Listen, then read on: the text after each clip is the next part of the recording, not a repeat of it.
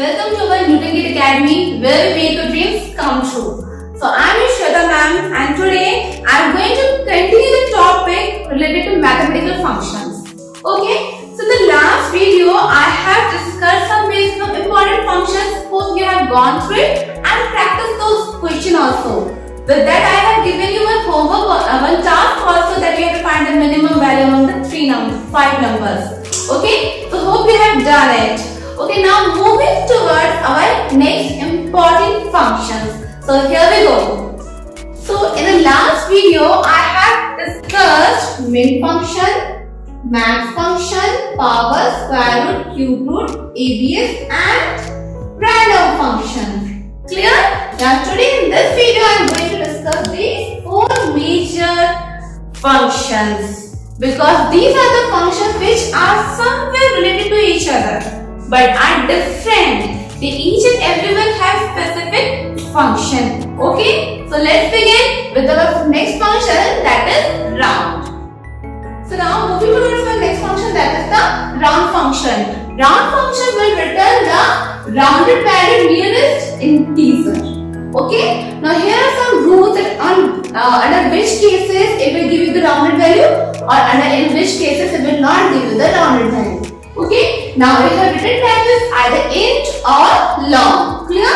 Now next is the syntax, return type, variable name equals to round, math or round function. Again here we will pass only one parameter. Clear?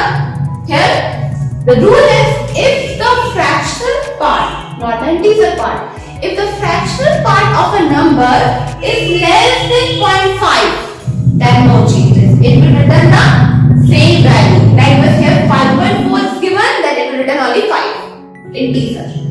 But if the fraction value is greater than equal to 0.5, then it will return the next higher integer. Like here you can see 5.6, so it will return 6. Same way if it is written 5.5, it will return 6.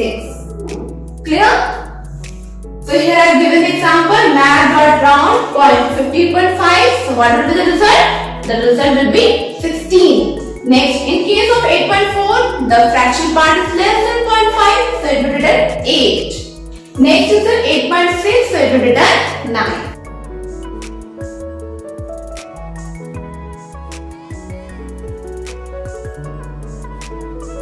Next is our rend function. Okay? Rend is just similar to a round function, but the rule is now changed a little bit. Here the return type will be double. This is a syntax. Now, in case of rend, if the fraction part is less than 0.5, then no changes. Clear? If you repeating this segment, if your fraction part is less than equal to 0.5, then no changes, you will get the same number. But if the fraction part of the number is greater than 0.5 or 0.5, then we will see the changes. Clear? Here we go with the example for better understanding. Here you can see I have passed 6.5 as a parameter. In case of round, it will change, but in case of it will not. 0.5 is not included. So it will return the same value 6.0. Clear? But here in case of 7.8, it will return 8.0. So this is the difference between your round and rend. It's a very important question. Sometimes in the board also they used to ask you what is the difference between round function and rend function. Clear?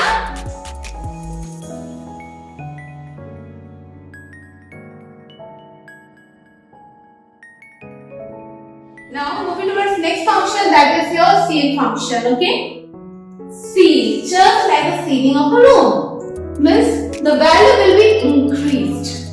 Clear? How? It will return the next higher integer. Return type, syntax given to you.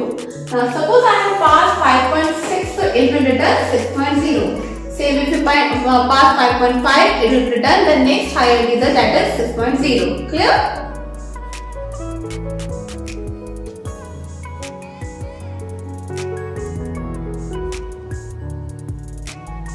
Now let's move towards my next function, that is the float function, just opposite of the seal function.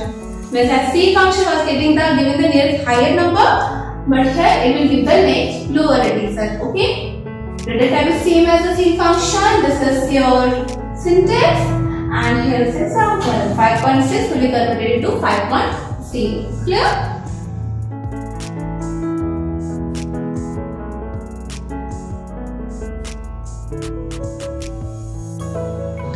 So now moving towards our next function, that is trigonometric function. The sine, cos, tan belongs to these functions. Okay. Now here we can see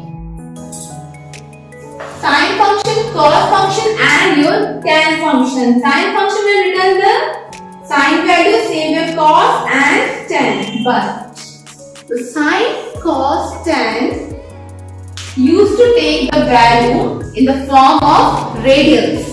Means firstly, we need to convert our angle. Whatever the angle will pass, that angle will be converted into radians, and then that radian will be passed as an argument in all these functions. So firstly, let's understand how we can convert our angle into radians. So for that, we will use 2 radians function. Okay, this will convert the angle into radian. The syntax is mat dot 2 radians, not radian, it's radians. Inside that we will pass the value of the angle. Next, it will return the radian value. Okay. Now that result will be passed as a parameter inside your sine function, cos function, and tan function. Okay.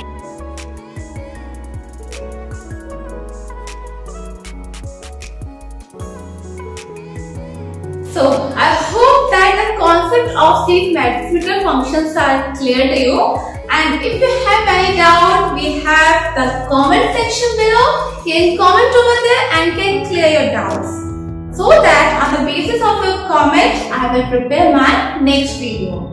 So for now, please like, subscribe and share our YouTube channel. Okay, so see you in the next video.